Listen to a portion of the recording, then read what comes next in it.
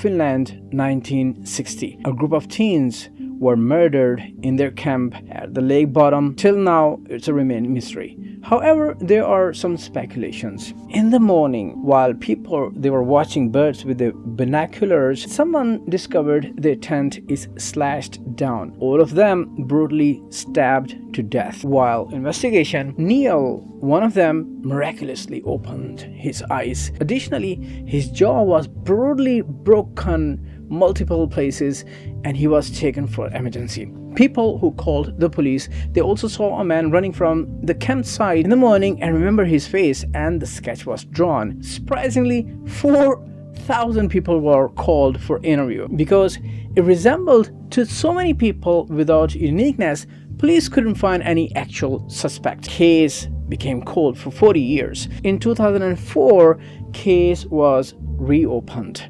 Neil was brought for interview again when he was 64 years old, working as a bus driver, and only thing he remembered, a shadowy figure who attacked on the tent. One of the weird theory was Neil's shoes were missing from the tent, were found from 500 meters of distance, buried in the ground. But again, how could he kill all of his friends and his girlfriend and then go 500 meters far from his tent, hide his shoes on the ground, then come back, found fighting for his life and sent for the emergency? With no solid evidences, he was released after 1 year. But not only this, government of Finland paid him 44,900 pounds for his mental suffering. Second theory, based on the sketch, police arrested a man with a violent history. He was a German Nazi and later came to Finland, was naturalized as Finnish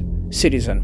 But again, when murders took place, he was 15 miles away with his family. Another theory, there was a couple who was running a kiosk at the lake. Her husband had a history of violence. He used to attack on people with no reasons who come to set a camp near the lake bottom. Again, with no any evidences, he was released.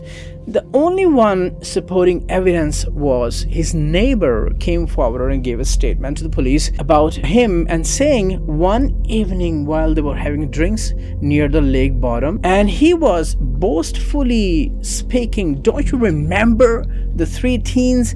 I murdered them." And he said, "Shame on you. You should be drawn in the lake for your sins." Next day, people found his body in the lake, but it was already too late.